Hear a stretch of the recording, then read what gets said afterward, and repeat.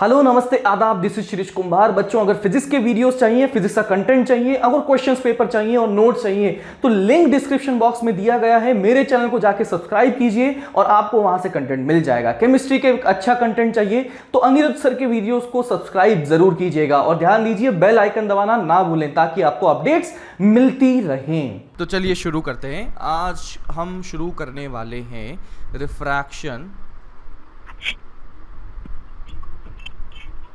From curved surface. Refraction from curved surface. बच्चा speed सही है या स्पीड और बढ़ाएं? बोलो, जितनी स्पीड से हम पढ़ रहे हैं वो ठीक है या थोड़ी सी स्पीड को बढ़ाएं? अपन थोड़ी सी बढ़ा दो सर। बढ़ा देना। तो चलिए आज बढ़ा देते हैं। तो देखना, ये मैंने लिया, यहाँ पर एक कर्व्ड सरफेस है, यहाँ पर मीडियम है वो है μ1, यहाँ पर मीडियम है वो है μ2। और हम बात करते हैं कि अब रिफ्रैक्शन अगर होगा तो कैसे होगा। तो पहली बात तो स्नेल्स लॉ तो बिल्कुल पक्का वैलिड है, कोई दिक्कत ही नहीं है। तो यहाँ पर स्नेल्स लॉ लगाना है। तो मैंने देखा एक ऑब्जेक्ट यहाँ रखा हुआ था, उसकी रे ऐसे गई, रे ऐसे गई तो रिफ्रैक्शन होगा। रिफ्रैक्शन के लिए मुझे क्या करना पड़ेगा? नॉर्मल ड्रॉ करना पड़ेगा। तो ये बन गया नॉर्मल। नॉर्मल बना तो यहाँ से मैंने देखा कि लाइट रे ऐसे चली गई। तो यहाँ पर अपने पास क्या बन रहा है? इमेज बन रही है। तो मुझे देखना है कि ये वाली जो दूरी, ऑब्जेक्ट की दूरी और इमेज की दूरी में क्या रिलेशन बना हुआ है। सर इमेज बनाने के लिए तो दो रे चाहिए, आपने एक रे से कैसे बना दिया? तो ध्यान देना कि ये वाली यहाँ से सीधी सीधी अलोंग दिस एक्सिस, जो येलो वाला एक्सिस है उसके अलोंग जाएगी तो वो सीधी जाएगी, because there is no deviation, because angle of incidence is 0। ठीक है। ये एंगल अगर बनेगा तो वो कितना बनेगा? I बनेगा। दिस एंगल उसे क्या कहा जाएगा? R कहा जाएगा। तो इसके बारे में हम बिल्कुल विश्वास के साथ कह सकते हैं μ1 sine of I is equals to μ2 sine of R। और इसके साथ मैं लिख सकता हूँ कि sine of I upon sine of R is equals to what? μ2 upon μ1। देखना, मैं यहाँ पर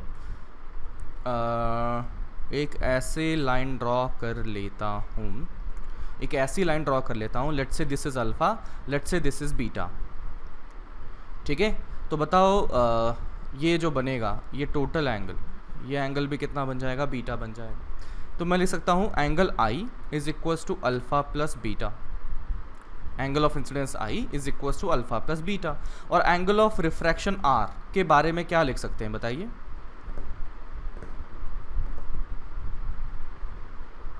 ठीक है, इस एंगल को मैंने गामा मान लिया, इस एंगल को मैंने गामा मान लिया। तो मैं लिख सकता हूँ कि angle beta is equals to, angle beta is equals to gamma plus R. ठीक है। तो यहाँ से आर कितना आ जाएगा? बीटा माइनस गामा आ जाएगा। ठीक है। अब यहाँ से साइन आई आ चुका है, मतलब आई आ चुका है अल्फा प्लस बीटा, आर आ चुका है बीटा माइनस गामा। तो चलिए इसको यहाँ यूज़ करते हैं। तो हम ये सारी चीज़ें जो कर रहे होंगे, हम कर रहे होंगे पैरेक्शियल रेस के लिए। और पैरेक्शियल रेस के लिए जो एंगल ऑफ इंसिडेंस आई बनेगा वो बहुत बहुत बहुत बहुत छोटा बनेगा। तो अगर एंगल आई छोटा हो, अगर एंगल आई छोटा हो तो मैं लिख सकता हूँ साइन आई बराबर आई और टेन आई बराबर आई। तो मैं क्या कर सकता हूँ? Approximately I can write down sine I बराबर टेन आई। समझ में आता क्या? बोलो बोलो। हाँ। तो यहाँ से अपने पास बना tan of I upon tan of R is equals to μ2 upon μ1। तो यहाँ पर मैं देखता हूँ I की वैल्यू अगर लिखी जाए, I कितना है? I कितना है? अल्फ़ा प्लस बीटा है ना। ये भी अप्रॉक्सीमेटली मैंने अल्फ़ा प्लस बीटा कर दिया। और R कितना है? वो है beta minus gamma. That should be equals to what? μ2 by μ1। थोड़ा सा मैंने किया रीअरेंज। तो यहाँ से इधर उधर मल्टीप्लाई करते हैं तो ये आ गया, मतलब इसका सीधा रिजल्ट लिख दूँ क्या? इससे यहाँ पर जो बनेगा, चलो थोड़ा सा कर देता हूँ मैं। ये आया μ1 alpha plus μ1 beta is equals to μ2 beta minus μ2 gamma. तो किसको रीअरेंज करें? ये बना μ1 alpha plus μ2 gamma is equals to μ2 minus μ1 into beta. ठीक है ना। तो देखना, इस लाइन को मैंने आगे बढ़ाया तो ये सेंटर को मैच करेगी, सेंटर को मैच करेगी तो ये दूरी कितना होगा बोलो, आर होगा। और ये वाला जो एंगल होगा बोलो कितना होगा, बीटा होगा, क्योंकि ये एंगल बीटा है ना, तो ये वाला एंगल भी बीटा हो जाएगा। अब देखो अपन क्या करेंगे, अल्फ़ा गामा बीटा सब छोटू छोटू एंगल हैं, तो यहाँ पर ये अपने को जो कर्व्ड लाइन दिख रही है वो कर्व्ड नहीं होगी, क्योंकि ये एंगल छोटे हो गए ना। देखो ये एंगल भी अल्फ़ा हो गया, एंगल ये अल्फ़ा, ये अल्फ़ा, अल्फ़ा है छोटा, अल्फ़ा छोटा तो इसका मतलब ये वाली लेंथ बहुत छोटी, और बहुत छोटी तो इसका मतलब मैं इसको अप्रॉक्सीमेटली स्ट्रेट लाइन मान सकता हूँ। तो स्ट्रेट लाइन माना तो मैं वापस से वही काम करूँगा जो हमने मिरर में करे थे, और मिरर वाले जो किए थे तो अल्फ़ा की जगह tan अल्फ़ा लिख दें तो कोई दिक्कत नहीं है। समझ में आ रहा है मैं क्या कहना चाहता हूँ? हाँ सर। तो यहाँ से मैंने अल्फ़ा की जगह tan अल्फ़ा लिखा, और सीधा जब साइन के साथ में मैं लिखूँगा तो ये आ जाता है μ2/v minus μ1/u is equals to μ2 minus μ1/r। ये बन जाता है रिफ्रैक्शन फ्रॉम कर्व्ड सरफेस के लिए फॉर्मूला। यहाँ पर हमने tan पुट किया था, बीटा की वैल्यू, गामा की वैल्यू, अल्फ़ा की वैल्यू, और फिर प्रॉपर साइन कन्वेंशन का ध्यान रखा गया, तो अपने पास फाइनली ये बन चुका है। Got it? हाँ। और इस केस में मैग्निफिकेशन अगर लिखें तो वो लिखा जाएगा, वो तो हमेशा यही लिखते हैं HI/HO, और इसकी वैल्यू कितनी आ जाती है आप बताएं जल्दी जल्दी जल्दी, स्पीड बढ़ाएंगे ना यार, थोड़ा सा आपकी तरफ से भी तो आना चाहिए ना, तभी तो बढ़ पाएगी। ये आ जाता है μ1v/μ2u, μ1v/μ2u। ये कैसे आ गया बताऊं क्या? ये अपन ऐसा करेंगे, ये यहाँ पर मैं थोड़ा सा हिंट देता हूँ, बाकी आप कर लेना, ये आपके दिमाग में होना चाहिए। मैग्निफिकेशन जो बनेगा μ1v/μ2u, तो इसके लिए अपन ऐसा करते हैं, एक रे तो ये मैंने लिया, ये लिया, यहाँ पर ये ऑब्जेक्ट लिया, ऑब्जेक्ट की हाइट HO लिया, यहाँ से लाइट रे ऐसे गई, ये एंगल ऑफ इंसिडेंस I बना, यहाँ से लाइट रे ऐसे गई, ये एंगल ऑफ रिफ्रैक्शन R बना, तो यहाँ से ये कितना बना, ये बना, ये बना, ये बना HI। तो आप क्या बोल सकते हो, यहाँ पर एक रिलेशन तो लिख ही सकते हो कि μ1 sin I is equals to μ2 sine of R। Sine I को tan I भी लिखने में कोई दर्द नहीं होता हमें, तो ये लिख दिया μ2 tan ऑफ R, लेकिन कब? जब एंगल छोटे हों। tan I की जगह हम क्या लिख सकते हैं, tan I की जगह लिख सकते हैं HO/दिस दूरी, यानी कि u की टर्म्स में लिखना पड़ेगा। इसी तरह से tan R की टर्म्स में हम क्या लिखेंगे, tan R को लिखेंगे HI/ ये दूरी, जिसको v की टर्म्स में लिखना पड़ेगा। थोड़ा प्रॉपर साइन का ध्यान दोगे तो अल्टीमेटली यहाँ से m जो बन जाता है वो आ जाता है HI/HO is equals to μ1v/μ2u। समझ में आया क्या किया, या प्रॉपर बताऊं? नहीं सर, समझ आ गया। ठीक है, तो इस तरह से मैग्निफिकेशन हमारे पास बन चुका है μ1v/μ2u। एक बार और मैं आपको याद दिला दूं कि ये जो साइन बना था इस फॉर्मूले के अंदर में, ये क्या था, माइनस साइन था, तो मैग्निफिकेशन में क्या आएगा, देखो यहाँ पर प्लस साइन आएगा। मेन वाला, बड़ा वाला, सबसे बड़ा जो फॉर्मूला जिसके बेसिस पर सब कुछ हम करेंगे, अगर उसमें पॉजिटिव आता है तो मैग्निफिकेशन में नेगेटिव आ जाता है। ये कैसा, हमने कहाँ पर हमने देखा था बोलो, मिरर वाले फॉर्मूले में। हे भगवान, ऐसे शांत भी बैठे रहोगे फिर स्पीड कैसे बढ़ाऊंगा मैं? अरे मिरर वाला फॉर्मूला 1/v + 1/u = 1/f। हाँ सर। हाँ। उसमें मैग्निफिकेशन कितना होगा बोलो? -v/u। तो मिरर वाले में फॉर्मूले, जो मेन फॉर्मूला है, बड़का वाला फॉर्मूला है, उसमें पॉजिटिव साइन लिखा तो मैग्निफिकेशन में नेगेटिव। इसमें देखो यहाँ पर हमारे फॉर्मूले के अंदर ही माइनस साइन था, तो मैग्निफिकेशन में क्या होगा बोलो? पॉजिटिव साइन होगा। ये बस ध्यान रखने की तकनीक है, अदरवाइज क्या हो जाओगे ना, तुम कंफ्यूज हो जाओगे कि माइनस लिखूं प्लस लिखूं, यहाँ पर भूल जाओगे। तो उस माइनस प्लस को याद करने का अच्छा सा तरीका है जिससे कभी कोई दिक्कत नहीं होगी। तो चलिए एक छोटा सा सवाल करके देखते हैं कि कहाँ तक अपने को आता है। एंड ये रहा सवाल, ये रहा सवाल, ये रही, ऐसा समझ लीजिए कि ये कोई मीडियम है, मीडियम में यहाँ पर ऑब्जेक्ट रख दिया, ऑब्जेक्ट यहाँ से 20 सेंटीमीटर की दूरी पर है, 20 सेंटीमीटर की दूरी पर है, और इसकी हाइट जो दी गई है वो 1 mm दे दी गई है। हाइट ऑफ ऑब्जेक्ट 1 mm दे दिया गया है। इसका म्यू जो दिया गया है वो 1 है यहाँ पर, यहाँ का जो एयर है, और यहाँ का म्यू जो दे दिया गया है वो है 3/2 बोला है। बताइए इमेज कहाँ बनेगी, पहली बात। दूसरी बात ये पूछा गया है कि हाइट ऑफ इमेज कितनी होगी, है ना। Location of image first, second है हाइट ऑफ इमेज कितना होगा।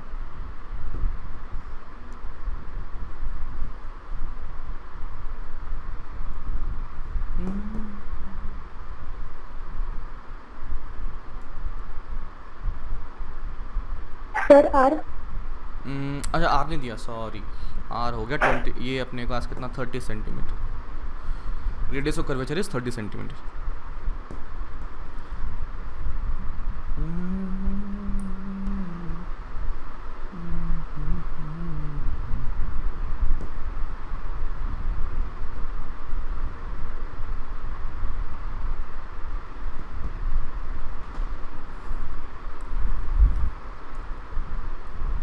चलें शुरू करें।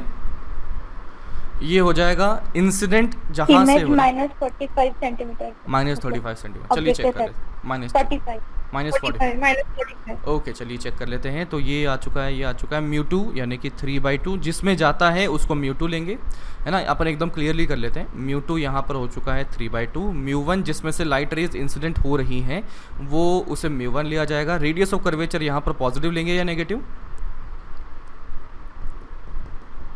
पॉजिटिव लेंगे क्योंकि इंसिडेंट रेज की डायरेक्शन में हमारे पास ये सेंटर बना हुआ है, तो रेडियस को मेजर करने के लिए हमें पॉजिटिव डायरेक्शन में मूव करना पड़ा, तो ये आ जाएगा 30 सेंटीमीटर पॉजिटिव साइन के साथ में।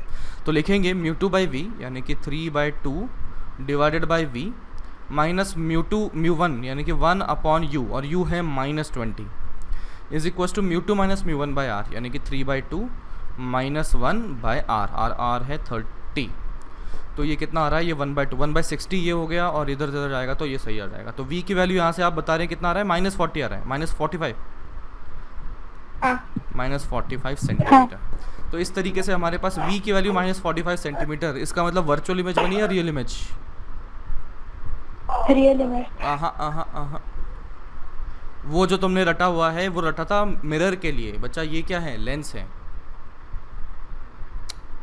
देखो देखो देखो, हाँ। नहीं समझे कि देखो लेट्स से ये मैंने लिया, यहाँ पर ये मैंने ऑब्जेक्ट रखा, ऑब्जेक्ट की रेज जो निकल रही हैं अगर रिफ्रैक्शन के बाद में एक्चुअली इंटरसेक्ट करे तो बताइए रियल इमेज या वर्चुअल? ऑब्जेक्ट से निकलने वाली रेज अगर एक्चुअली इंटरसेक्ट करे तो रियल इमेज, और इंटरसेक्ट होते हुए अपीयर करे तो वो हो जाएगी वर्चुअल। तो देखिएगा यहाँ से रेज गई और ये बेंड होके ऐसे कुछ हो गई, तो ये इमेज बनी, रियल बनी कि वर्चुअल?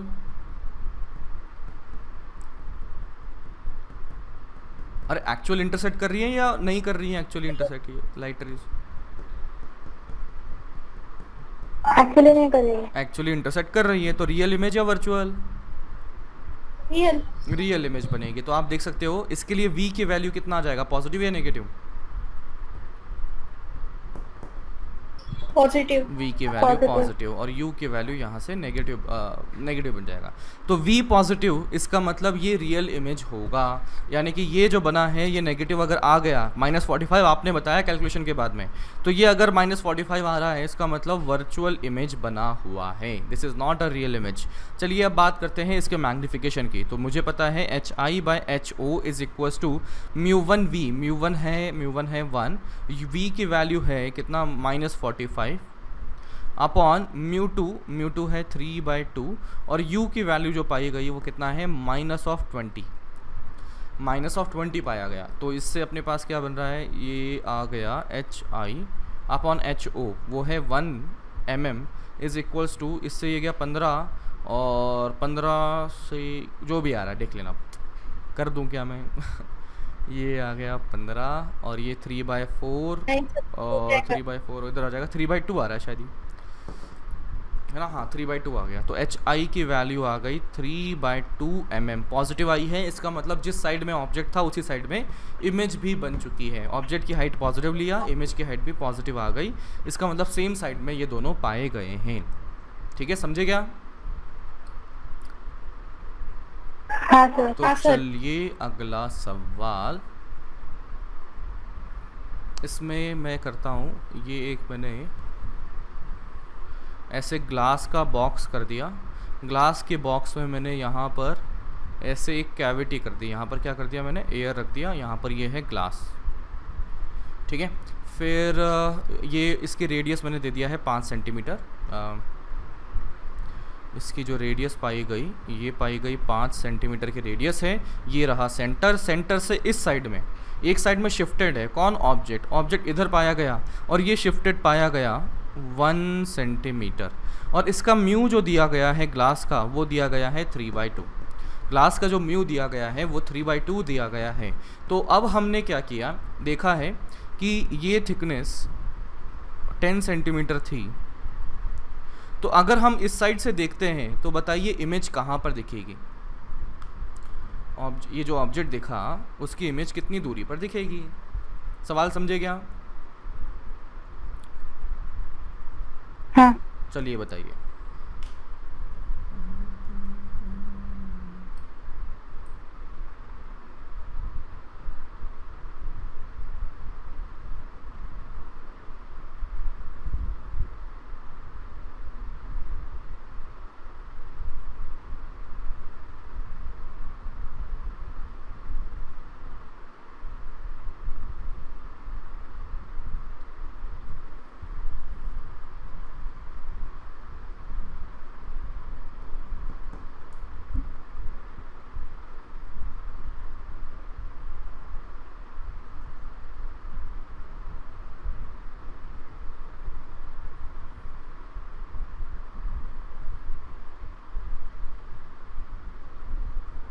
दो जगह रिफ्रैक्शन होगा इस बार,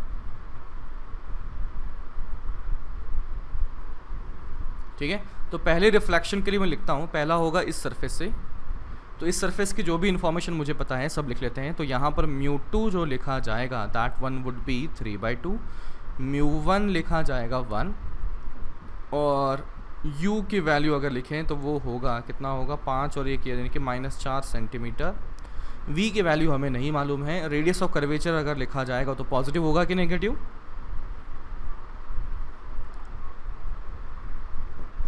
ये होगा नेगेटिव -5 सेंटीमीटर। तो क्या लिखा जाएगा μ2/v minus μ1/u is equals to μ2 minus μ1/r। चलिए शुरू कर देते हैं। 3/2 डिवाइडेड बाई v मुझे नहीं मालूम है, μ1 है 1 और u की वैल्यू है -4 is equals to μ2 minus μ1/r यानी कि 3/2 -1 अपॉन रेडियस की वैल्यू है -5। तो ये आया 3/2v plus 1/4 is equals to ये कितना आया, ये 1/2 है ना, 1/2 -5 तो ये -1/10 आ गया। तो दिस इज़ 3/2v, नीचे है v इज इक्वल्स टू -1/10 और -1/4। तो ये आ गया 40, ये आ गया -4, ये आ गया -10, तो ये कितना आ गया -14/40। ये है 3/2v। तो यहाँ से v की वैल्यू बनी है वो आ गई 3/2 इंटू माइनस के साथ में 40/14। सही बना ना, सही बना है। तो कितना आ गया ये आ गया 20, तो -3 इंटू 20/14 या लिख सकते हैं -3 इंटू 10/7, तो -30/7। इस तरीके से इसकी इमेज बन चुकी है। अब बताइए क्या किया जाए, ये समझ में आया यहाँ तक?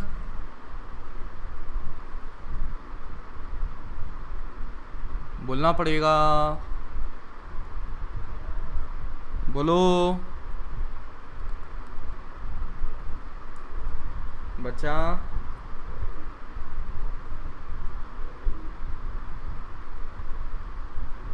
देखो हम क्या कर रहे हैं, पहले रिफ्रैक्शन यहाँ से देख रहे हैं। यहाँ से रिफ्रैक्शन देखेंगे इस ऑब्जेक्ट के लिए, तो ऑब्जेक्ट की सरफेस से दूरी 4 सेंटीमीटर है, तो उसको क्या लिखा जाएगा -4। ये समझ में आता है?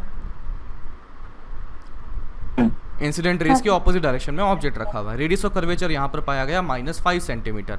μ2 देखा जाए यानी कि जिसमें लाइट रेज जा रही हैं तो वो है 3/2। μ1 देखा जाए तो जिससे लाइट रेज आ रही थी वो था 1।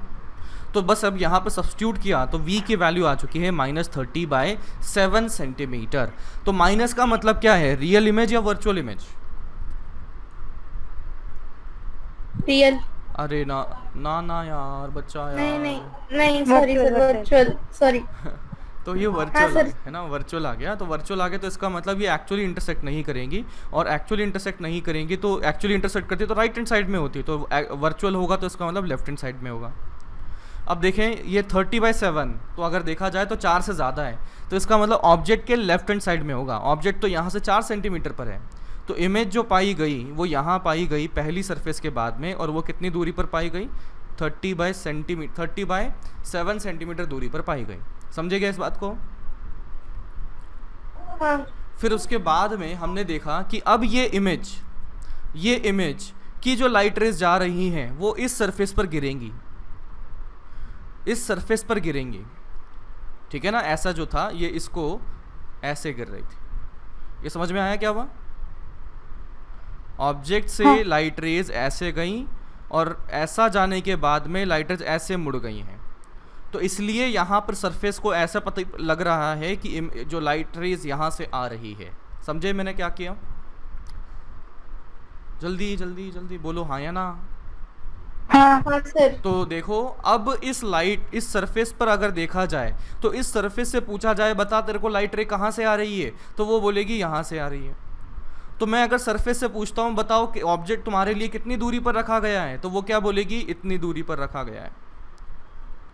कितनी दूरी है ये, 10 सेंटीमीटर ये, और ये 30/7, तो ये आ जाएगा 10 + 30/7 यानी कि 100/7 सेंटीमीटर पर। तो अब रिफ्रैक्शन फ्रॉम प्लेन सरफेस करना है, तो इसके लिए तो हम बचपन से तैयार हैं। उसको लिखते हैं H apparent upon H actual. H apparent upon actual, actual कितना है बोलो, 100/7 इज इक्वल टू म्यू, जिसमें से देखा जा रहा है, अपॉन म्यू जिसमें ऑब्जेक्ट रखा गया है। कहाँ से देखा जा रहा है बोलो? एयर से। हाँ, एयर से देखा जा रहा है। एयर से देखा जा रहा है, इसका मतलब यहाँ पर क्या लिखेंगे अपन, 1 लिखेंगे। तो दूसरा क्या है, अपॉन म्यू जिसमें ऑब्जेक्ट रखा हुआ है, तो मैंने लिखा एयर से देखा जा रहा है तो 1 हो गया, अपॉन म्यू जिसमें ऑब्जेक्ट रखा हुआ है। बताओ ऑब्जेक्ट कहाँ रखा है? ग्लास में। बिल्कुल सही। तो म्यू कितना लिखें? 3/2। ठीक है, थोड़ी 1 मिनट। हाँ, तो ये आ जाएगा 3/2। अच्छा, ऑब्जेक्ट तो यहाँ पर हवा में रखा हुआ है, एयर में, तो वो तो अपना 1 बनना चाहिए था ना। 3/2 कैसे लिखा?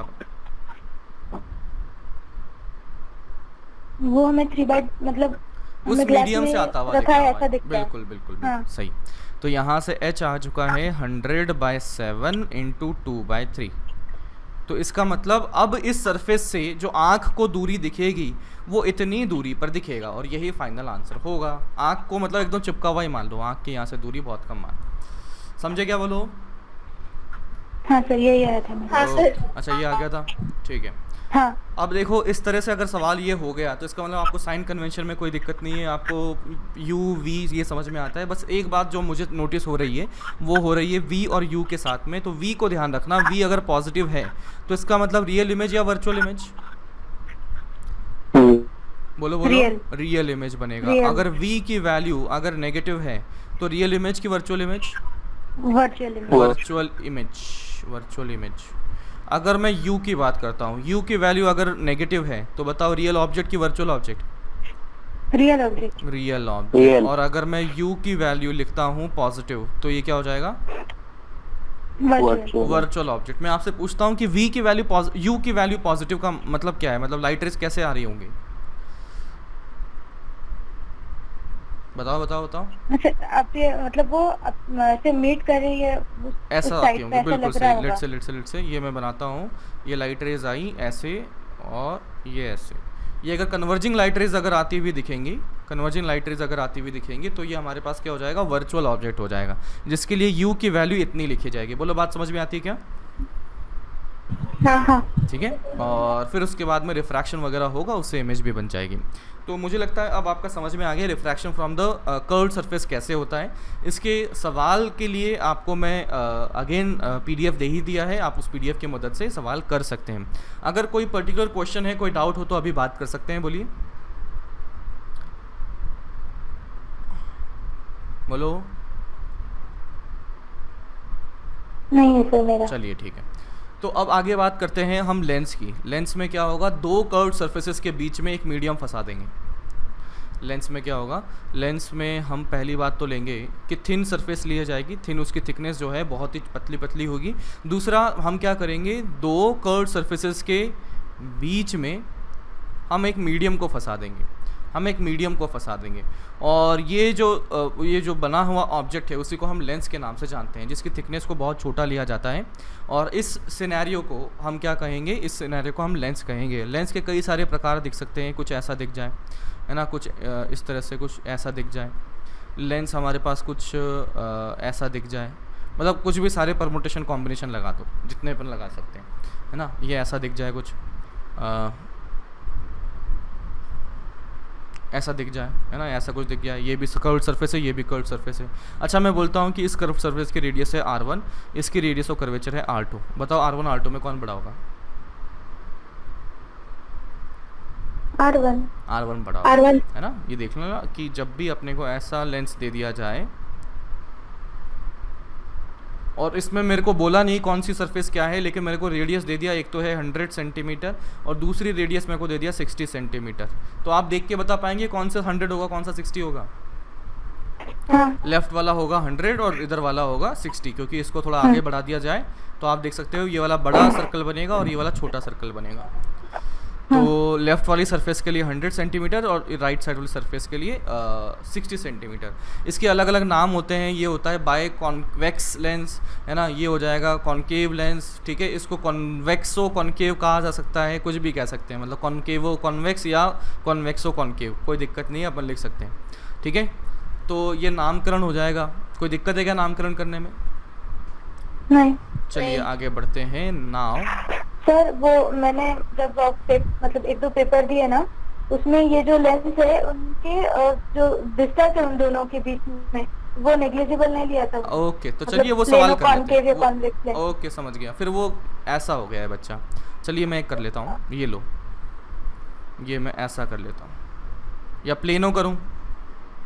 प्लेनो वाला था। प्लेनो ले लो, तो प्लेनो वाला तो कर ही लिया, ये रहा, ये रहा, ये देखो। कौन सा? नहीं, वैसा वाला नहीं। मैं समझ गया आपका सवाल क्या है। आपका सवाल ये है हाँ। कि मैं अगर ऐसा ले लूँ कि ऐसा था, ये ऐसा था, ये ऐसा था, और ये ऐसा बना दिया। ऑब्जेक्ट को इधर कहीं रख देता हूँ, ऑब्जेक्ट को रख देता हूँ, इसके रेडियस ऑफ कर्वेचर लेट से मैंने बोल दिया, radius of curvature is 20 centimetre. Sir पहला सरफेस मतलब प्लेन है और दूसरा वाला ऑब्जेक्ट को मैं इधर कॉन्केव रख है। देता हूँ, ये लो, ऐसा कर दूँ? हाँ हाँ सही हो गया ये, ठीक है। हाँ। ऑब्जेक्ट को इसको भूल जाओ, ये मैंने ऐसा कुछ कहा, ये ऐसा कर लेते हैं। ये मैंने लिखा 30 सेंटीमीटर पर है, इसका म्यू मैंने दे दिया 3/2, और पूछा गया है फाइनल इमेज की लोकेशन बताइए क्या होगा। ऑब्जेक्ट ये दिया गया है और ये थिकनेस मुझे दे दी है 10 सेंटीमीटर। फाइनल इमेज कहाँ पर बनेगी ये पूछा हुआ है। तो हाँ, ऐसे टाइप के क्वेश्चन हाँ थे। हाँ हाँ, बताओ आप क्या करें। पर वो डिस्टेंस जो था वो बहुत कम था, मतलब 10 सेंटीमीटर से भी बहुत कम कंपैरिजन में। कोई दिक्कत नहीं है ना, अब तो डिस्टेंस अब मोटा लेना है हाँ। तो कितना भी ले लो, अपन तो कैलकुलेशन के लिए देख लेते हैं। हाँ, हाँ ठीक है, तो बताइए अब कैसे करें।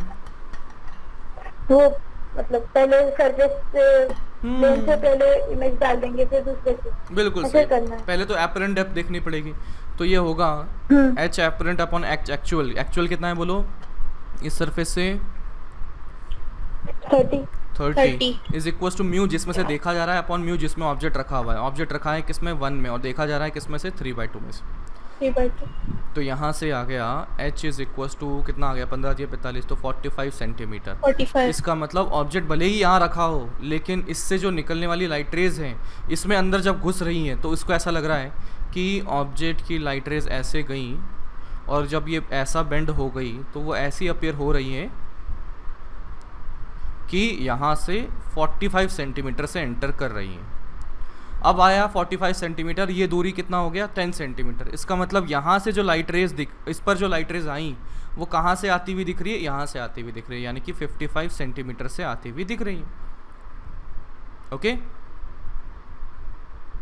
हाँ अब यहाँ पर अपन लिख लेते हैं। मैं देख सकता हूँ कि जो u लिखा जाएगा वो होगा -55 सेंटीमीटर, v जो लिखा जाएगा वो अपने को मालूम ही नहीं है। μ2 और μ1 लिख लेते हैं। तो μ2 बोलो क्या लिखें? 1, बिल्कुल सही। लाइट रेज कहाँ जा रही है? एयर में जा रही है। और μ1 जो लिखा जाएगा वो होगा 3/2 radius of curvature 3/2 plus 20 light rays ऐसे गई तो ये वाली डायरेक्शन पॉजिटिव होगा और सेंटर तक पहुंचने के लिए मुझे इधर जाना पड़ा, यानी कि पॉजिटिव डायरेक्शन में जाना पड़ा। तो μ2/v यानी कि 1/v माइनस μ1/u कितना है 3/2 डिवाइडेड बाई u। u कितना है -55 is equal to μ2 minus μ1/r यानी कि 1 माइनस 3/2 डिवाइडेड बाई r की वैल्यू कितनी है 20 सेंटीमीटर। तो आप कर लेंगे v आ जाएगा। डन? ठीक है। सर अगर इसकी इफेक्टिव फोकल लेंथ निकालनी है तो? ओह नहीं बच्चा, ऐसे कैसे निकाल पाएंगे effective focal length? Effective focal length मतलब आप इसको लेंस की तरह मान रहे हो। पहली बात तो ये लेंस होगा नहीं और जबरदस्ती करना नहीं, वो μ2/μ1 -1 1/r1 -1/r2 नहीं लगा सकते यहाँ पर, ठीक है ना। और अगर लगाना भी है जबरदस्ती अगर लगाना भी है तो एक जरूर कर सकते हैं कि मुझे पता है 1/f इज इक्वल टू होता है 1/v माइनस 1/u। नहीं, ये एक तो पहली बात तो ये सवाल थोड़ा गड़बड़ है कि जब इफेक्टिव फोकल लेंथ की बात कर रहे हैं तो चलो अगर सर μ2 माइनस μ1 इनटू 1/r1 नहीं, वो थिन के लिए होता है बच्चा। वो जो डिराइव किया जाता है ना वो μ2/μ1, ये जो तुम कह रहे हो μ2/μ1 माइनस 1 1/r1 माइनस 1/r2, यही चाहते हो ना? बोलो। तो इस तरह से हम कोई भी थिक हो गया या थिन हो गया उसके लिए अपन निकाल सकते हैं, कोई भी दिक्कत नहीं है, ठीक है। One surface at a time देखना है इसमें, है ना। ऐसा ज़्यादा सोचना मत कि यार इतना मोटा हो गया ये इसकी थिकनेस वगैरह, ये ऐसा नहीं सोचेंगे। One surface at a time अगर आप सोचेंगे तो आपका काम आसान होगा, ज़्यादा मेंटल लोड नहीं आएगा, है ना। एक बार अगर तुम्हें लगने लग गया टफ सवाल है फिर तो टफ ही है, फिर तो नहीं होगा वो। तो one surface at a time देखो सारे काम हो जाएंगे। Now let us move on to lenses. तो लेंसेज के लिए मैं अगर देखता हूँ तो लेंस का फॉर्मूला अपने पास बन जाता है 1/f is equals to 1/v minus 1/u। इसको डिराइव करने में टाइम लगाऊं या नहीं लगाऊं बोलो, है ना, ठीक है। और फोकल लेंथ की जो वैल्यू आ जाती है मैं बता देता हूँ कि लेट्स से हमारे पास ये दो सरफेसेस हैं और इसकी रेडियस ऑफ कर्वेचर है r1, इसकी रेडियस ऑफ कर्वेचर है अगर r2, इसका मीडियम मैंने μ2 कहा। सराउंडिंग का मीडियम ध्यान देना दोनों तरफ सेम रहना चाहिए, है ना। जो हम डेरिवेशन करते हैं उसमें इस बात का यूज़ करते हैं कि दोनों तरफ जो मीडियम है वो सेम है।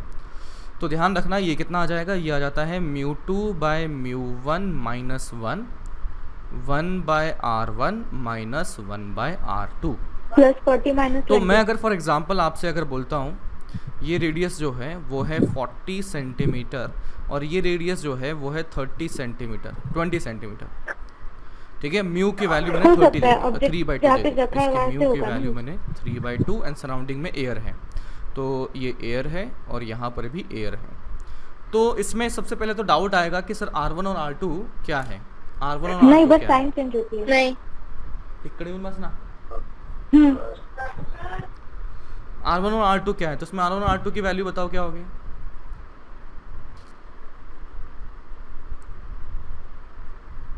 हाउ डू यू नो कि R1 40 है और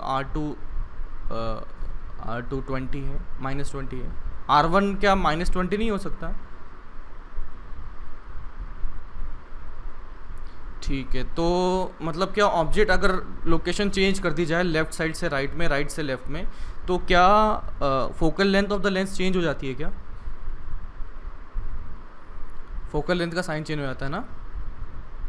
चलिए चेक करते हैं इसी बात को। ठीक है, मैं यही सुनना चाह रहा था कि क्या दिक्कत है। बच्चा दोनों तरफ अगर देखेंगे तो फोकल लेंथ सेम आती है। प्लस तो 20 चलिए माइनस देखते हैं 40। दोनों तरफ से कैसे जज करेंगे। उल्टा तो उल्टा मान लिया कि उल्टा। लाइट रेज ऐसे आ रही है, एक बार है ना, लाइट रेज ऐसे आ रही है हाँ। और ये मैंने लिया था, ये है 40 सेंटीमीटर और ये है हमारा 20 सेंटीमीटर। तो इसकी फोकल लेंथ लिखेंगे तो 1/f is equal to mu 2 minus V 1 यानी कि 3/2 माइनस 1/r1 माइनस 1/r2। तो ध्यान दीजिएगा R1 और R2 कौन से होते हैं? R1 होती है वो वाली सरफेस जिसका सबसे पहले लाइट रेज गिर रही है। तो इस केस में R1 की जो वैल्यू लिखी जाएगी वो कितनी होगी बोलो? +40 की -40 की +20 की -20। R1 पहले तो R1 हो जाएगा +40 होगा, क्योंकि जो लाइट रेज आ रही हैं जिस पर सबसे पहले गिर रही हैं उसको हम पॉजिटिव लेंगे, सॉरी उसको R1 लेंगे। तो मैं देखता हूँ कि इसकी रेडियस और कर्वेचर के लिए हमें इस तरफ चलना पड़ेगा, यानी कि +40 लिया जाएगा। और R2 क्या लेंगे बोलो?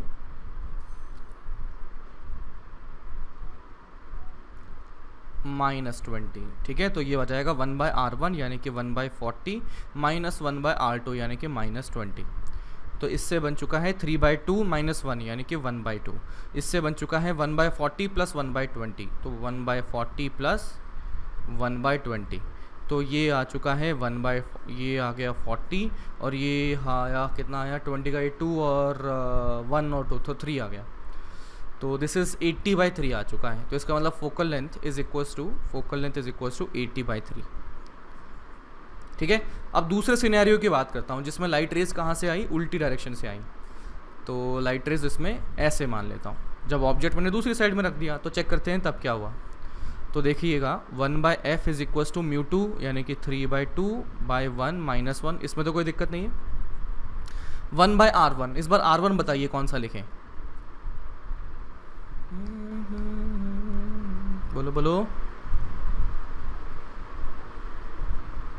R1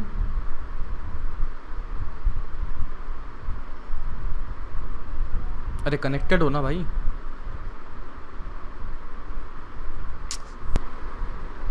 हेलो बच्चा, अभी ऑफ कर देते हैं क्लास, फिर अभी फ्लक्चुएट हो रहा है, फिर कभी बंद हो जाएगा। अगर आपको आपस में डिस्कस करना है तो यू मे डू सो।